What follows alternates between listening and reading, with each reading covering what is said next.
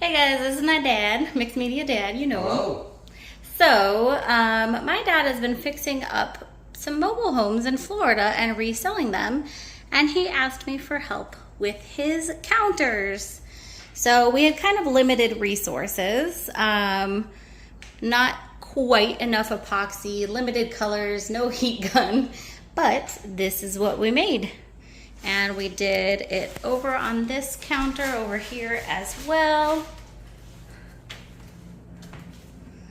Same kind of, I wanted to go with a blue wavy design. I think it contrasts well with this light blue gray on the walls. So Dad, what do you think? It's beautiful. Thank you very much for helping. You're welcome.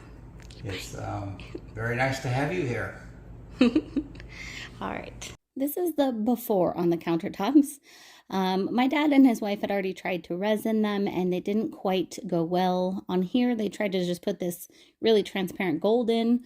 On this one, it didn't look so bad, but they weren't happy with the design and they had missed some spots and wanted the counters to match. So we were just going to completely redo it.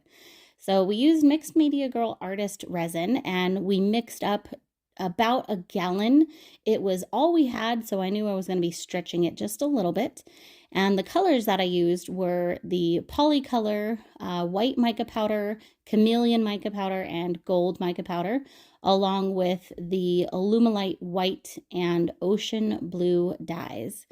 So I got these all mixed up, and then we did this as a dirty pour. So we took 3 larger buckets and poured all of the colors in there together for our design. Now, mind you, we are stretching the resin a little bit.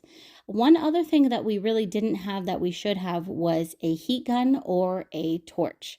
So we kind of had to make it work without either of those. And I didn't really have a plan, but I thought, let's just go for it.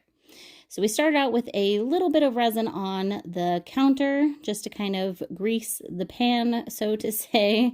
And then I took the buckets and poured them out in a dirty pour design, just pouring down the middle.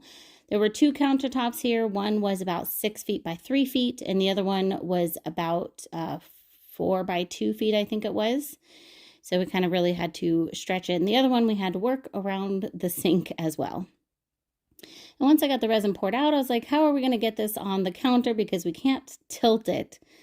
And we don't have a heat gun to move it around or anything. So I thought, let's just go in there with our hands, try not to blend it too much, and kind of make this wavy, awesome pattern.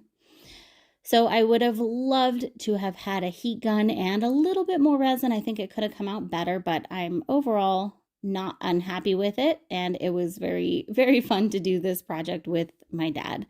So here's him trying not to get it all over the sink because we also ran out of the blue tape.